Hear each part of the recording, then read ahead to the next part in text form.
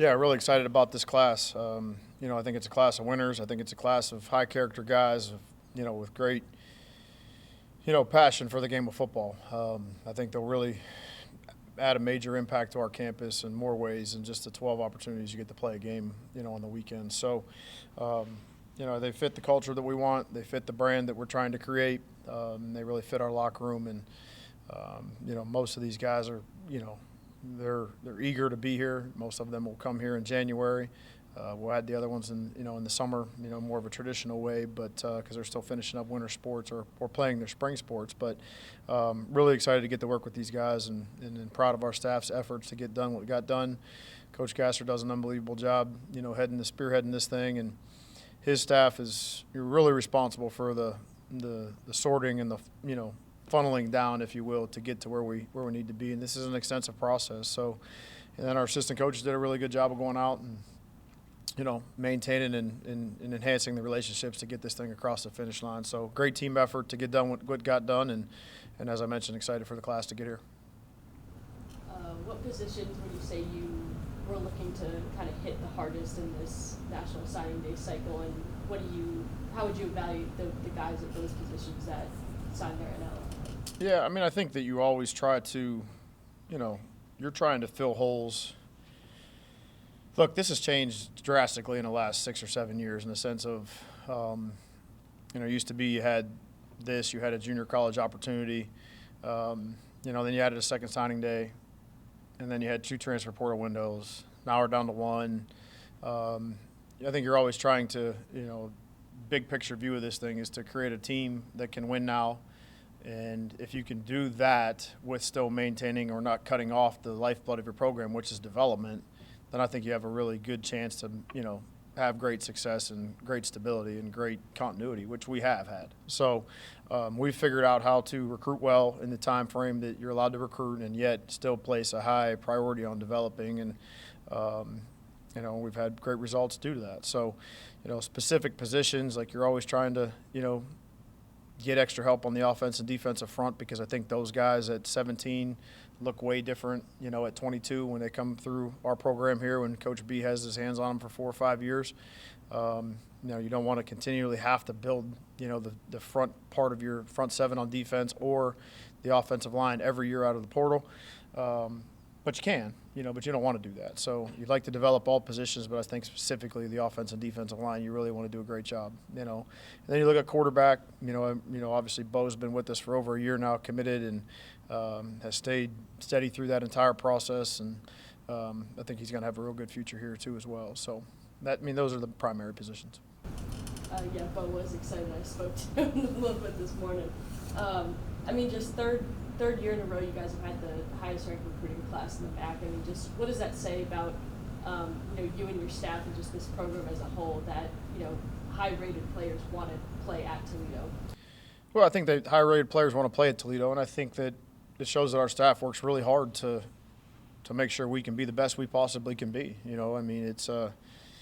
This is an ongoing, in recruiting, it's an ongoing fight every day. It's game day every day when it comes to that part of it. So, to hang in there and to, stay the course throughout the course of the year, throughout the course of the season, really hit it hard in the off season and do a really good job, evaluating and live evaluations in the camp process that we're allowed, the opportunities given to us. I think it says it's just a commitment. It shows the commitment of our staff to get it done. With the transfer portal and everything nowadays, just how important is it for your philosophy to keep recruiting high school kids, and just what can you say about the kids, especially from local area like Sherrard and Seth? Yeah, I think you can, in today's day and age, you could trade your whole team in if you wanted to in today's world. That's not who I am as a core, as a man. I don't think that's the right thing to do. I think that there's a happy medium, obviously, that you have to be able to win at a high level and sustain success at a high level, but also then too, I'll keep going back to the word development. That's what it is. There's a few schools in the country that can just trade them out every year. Those are the top 10 or 11 programs in the country that can probably do that. Maybe 4 or 5 of them that can consistently do that on a yearly basis. But everybody else, we're all in the same boat. You have to identify, you have to recruit them, and you have to develop them. So, it's great to be ranked in the #1 class. I mean, if we're going to compete, we'd like to win, but it doesn't really matter if the development doesn't double down on that. And, in 4 or 5 years, these guys are where they need to be. So, you go back and look where Quinion Mitchell was ranked in the recruiting rankings. Go back and look where Darius Alexander was ranked in the recruiting rankings, and Tyson Anderson and Sam Womack, Reggie Gilliam's playing at a Pro Bowl level right now in the NFL. He was a walk-on running back here. So I think recruiting's important. Maybe to the outside eye, it's maybe more important than maybe we think it is in the building as far as the rankings go. The recruiting piece for us that's really important is just the relationships and the strong bonds that are built, so when they come here that development piece can happen. And then I think it's our responsibility to do a great job putting time and energy into that development. You mentioned the culture of development and winning here. Specifically, what excites you about recruiting local guys, Seth and Sherrard, but specifically Sherrard, who's a part of Central Catholic, who's, their program going for a 4th state championship. They kind of have that. Yeah. Well, I mean, I think ideally, if I got my choice, I'd recruit all the kids from Northwest Ohio. 1, it's really good for the university. 2, it puts people in the stands that are constantly excited about the program, and then I don't have to travel very far to do it. So, but I think this has always been an inside-out thinking process. There's good football right here in our city. There's great coaches right here in our city.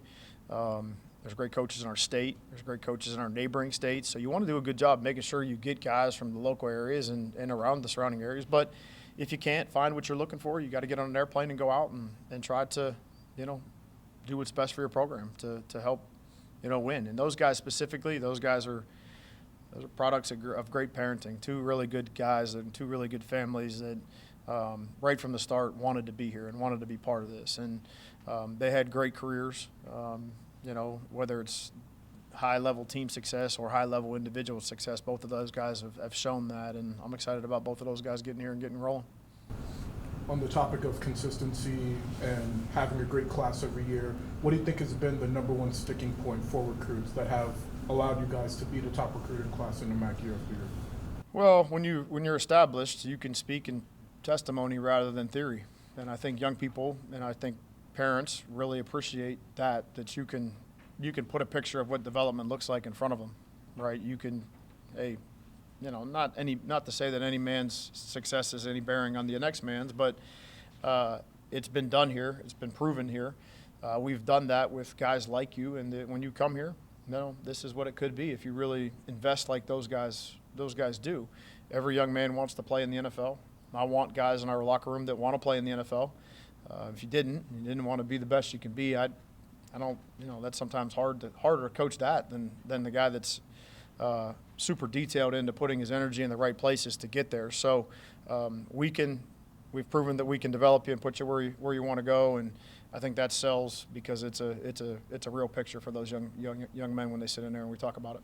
And you mentioned some of the changes in college football over the years. It seems like there's a new change every year, but how have you guys been able to navigate the changing landscape to allow you guys to continue recruiting at a top level?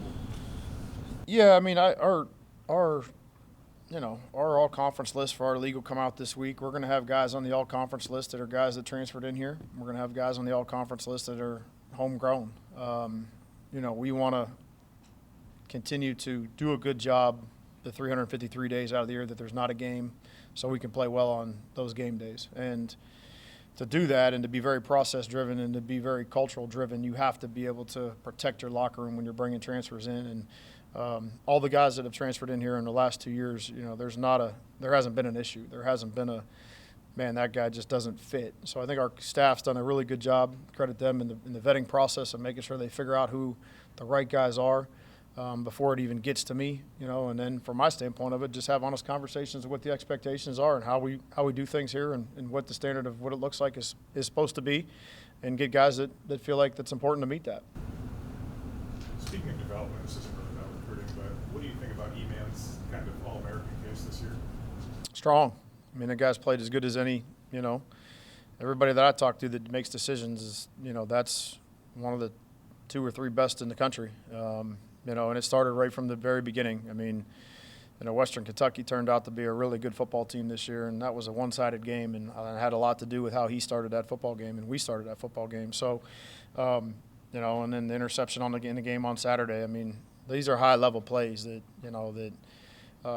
You can tell when you have a pro football player on your team because they make routine plays in practice that it opens everybody else's eyes, and you see that every day out of him. So I think he's got a strong case. I think he's very deserving. He's worked really hard. He's been what he said he was going to be the entire time. I mean, at this time last year, that guy's getting pulled by every school in the country to go in the portal and, go to greener pastures. But, going to be playing in the Senior Bowl, going to be a draft pick. I mean, he deserves every accolade and every ounce of credit that he gets, because it's not only has high level ability, but he's a great kid too.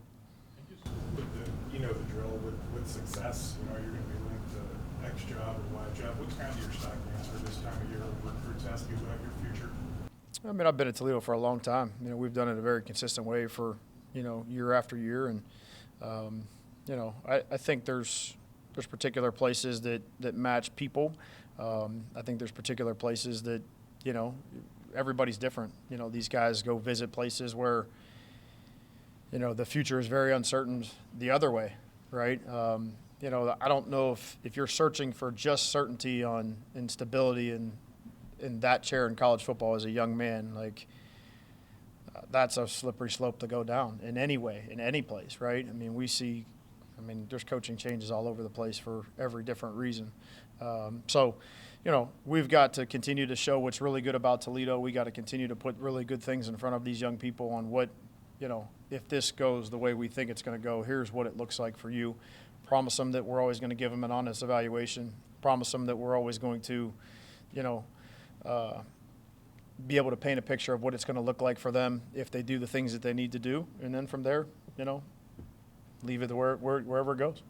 Just kind of big picture, we haven't talked to you since Saturday on kind of being on the wrong end of the weird MAC tiebreaker. And you guys have a bowl game obviously, but when you kind of look at this season big picture, what's kind of the rewarding for how you guys responded to the last 4 games? Frustrating, disappointing, everything? How do you kind of look at this season with the weird ending, with the kind of a weird MAC tiebreaker?